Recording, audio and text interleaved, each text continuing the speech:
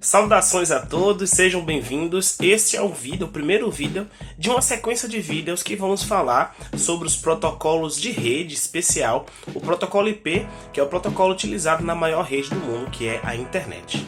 Quando falamos o termo redes, falamos do conjunto de dispositivos que são capazes de estabelecer comunicação com dispositivos dentro da rede local e com dispositivos fora da rede local. E quais são esses dispositivos? Os terminais e os roteadores, basicamente. Claro, existem alguns dispositivos especiais, por exemplo, o switch multinível, switch nível 3, que são capazes de desempenhar funções a nível de rede também, mas aqui vamos nos referir principalmente aos terminais e aos roteadores.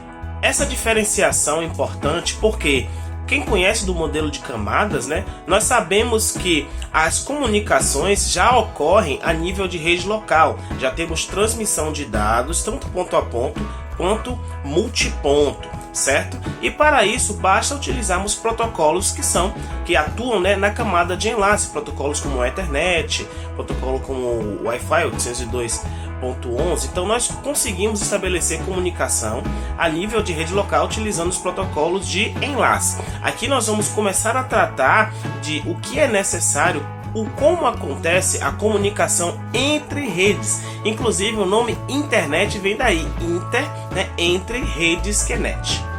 Como estamos falando aqui dos roteadores, o principal comutador utilizado na camada de rede, precisamos entender basicamente o que um roteador faz.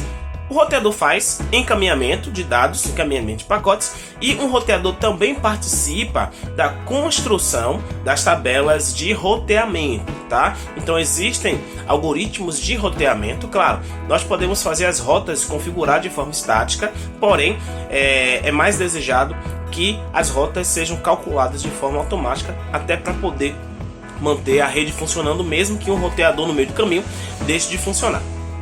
Uma característica muito importante que você precisa entender sobre um roteador é que ele possui múltiplas interfaces de rede.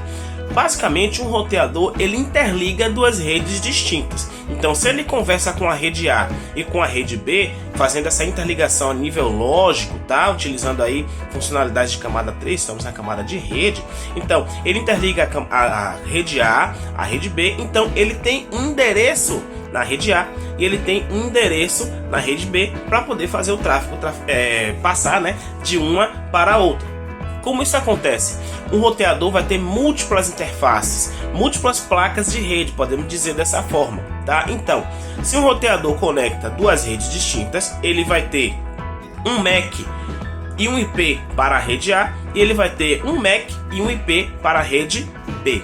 Podemos traduzir MAC como endereço físico, endereço que identifica o participante na camada de enlace, e o IP como endereço lógico, um endereço que identifica o participante da comunicação na camada de rede. Geralmente é um mapeamento 1 para 1, porém alguns roteadores permitem que você configure um único MAC para atender a vários IPs. Isso pode ser utilizado em algumas situações especiais. As principais funcionalidades oferecidas na camada de rede são o encaminhamento de dados, que já mencionamos, e o roteamento.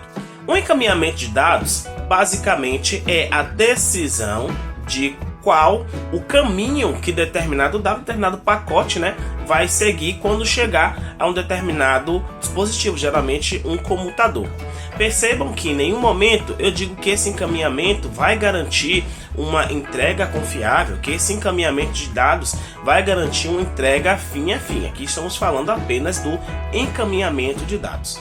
Já o conceito de roteamento, ele abrange todo o caminho tomado pelo pacote ao longo do seu tráfego, desde a sua origem do seu emissor até o seu receptor. Percebam que esse conceito de roteamento ele é construído de forma colaborativa, envolvendo os dispositivos que participam da comunicação. No caso das redes da internet, nas redes TCP/IP, principalmente os roteadores. De forma geral, ao falarmos da camada de rede, nós também podemos falar sobre o serviço orientado à conexão e o serviço não orientado à conexão, e uma funcionalidade especial chamada fragmentação de pacotes. Falamos aqui sobre serviço orientado ou não à conexão, relembrando do modelo de referência, o modelo OSI, né, o modelo OSI, porém, já dou logo um spoiler, o protocolo IP, que é o que é utilizado na internet, ele não é orientado à conexão. Porém, ao estudar a camada de rede, pelo fato de considerarmos o modelo OSI, o modelo OSI, nós precisamos definir o que é um serviço orientado à conexão e um serviço não orientado à conexão. No serviço orientado à conexão, existe uma troca prévia de informações antes do dado ser de fato enviado. Eu preciso saber, por exemplo, se o nó no próximo passo, né, se ele pode receber aquele dado, ou até mesmo estabelecer uma rota estática antes de enviar o dado. Já no serviço não orientado à conexão, isso não é garantido. Basta o nó que recebeu aquele pacote e cabe a ele a decisão para o próximo salto, para o próximo roteador, o próximo dispositivo que vai receber aquele dado, sem se preocupar com o restante do caminho. Já a fragmentação ocorre quando a rede de destino, uma rede, né, por onde o meu dado vai passar, ela tem uma limitação cujo tamanho de pacote que ela suporta, tamanho de quadro, para ser mais específico, né, falando da camada de enlace, seja menor do que o tamanho daquele pacote que eu estou tentando enviar. E aí pode ser necessário eu fragmentar, eu pegar aquele pacote e quebrar em pacotes menores. Neste vídeo nós não vamos abordar aqui os detalhes de implementação de fragmentação de pacotes, mais à frente vamos falar bem brevemente como o protocolo IP utiliza fragmentação, tá? Até porque essa funcionalidade de fragmentação ela saiu do protocolo IP na versão IPv6. Então IPv6 ele não implementa fragmentação de pacotes. Então vai mais um spoiler aí para vocês. Falando especificamente do protocolo IP, que é o protocolo utilizado nas redes de dados na internet, é um protocolo relativamente antigo. Ele foi criado em 1981. O protocolo IP ele foi criado com o propósito de permitir uma comunicação entre redes, mas fazendo isso de uma forma bem simples, de modo a não exigir muita lógica, muito processamento nos roteadores. Com a adoção da pilha TCP/IP, né, a pilha de protocolos TCP/IP, o protocolo IP foi altamente difundido e hoje é um protocolo essencial para as comunicações. Embora ele tenha sido criado em 81, ao longo do tempo, vários incrementos, várias melhorias foram sugeridas e é muito fácil de você encontrar aí uma lista de sugestões de melhorias que foram acrescentadas ao protocolo IP ao longo do tempo. Atualmente, as redes suportam duas versões do protocolo IP. O IP versão 4, IPv4, e o IP versão 6, o IPv6. Atualmente, ainda estamos em etapa de transição, só com uma transição bem avançada, que já vem rolando aí desde o início dos anos 2000, a transição do IPv4 para o IPv6. Inclusive, existem algumas técnicas que permitem aí que dados de uma rede que implemente IPv4 trafegue para uma rede que implemente IPv6 e vice-versa. Isso será explicado com mais calma em outro vídeo. Como o protocolo IP foi criado para funcionar de forma simples, o negócio aqui é cara a crachá. O roteador recebe o pacote, verifica se está tudo certinho ali nos cabeçalhos, olha o destino daquele pacote e escolhe o próximo salto, a próxima rede para onde ele vai encaminhar aquele pacote. Assim como determina a especificação, a arquitetura de protocolos em camadas, o protocolo de rede ele foi projetado para ser independente do que acontece na camada de enlace, que fica abaixo, e na camada de transporte, que fica acima. Sendo assim, eu posso utilizar o IP combinado com qualquer protocolo de transporte, TCP ou UDP, assim como eu posso utilizar o IP combinado com qualquer protocolo utilizado na camada de enlace, Ethernet, 802.11, qualquer outro. Quais são as características do IP?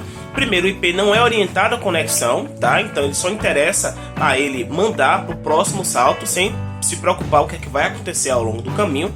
O IP suporta algumas modalidades de transmissão, a modalidade unicast, de 1 para 1, a modalidade broadcast, de 1 para vários, de 1 para todos, a modalidade multicast, que é para grupos, né, onde alguns grupos participam da comunicação, e a partir do IPv6, a modalidade Ncast, onde você escolhe nós especiais para poder mandar aquela mensagem ali para um grupo específico. O protocolo IP também define a forma de identificar os participantes da rede, que é através do endereço IP.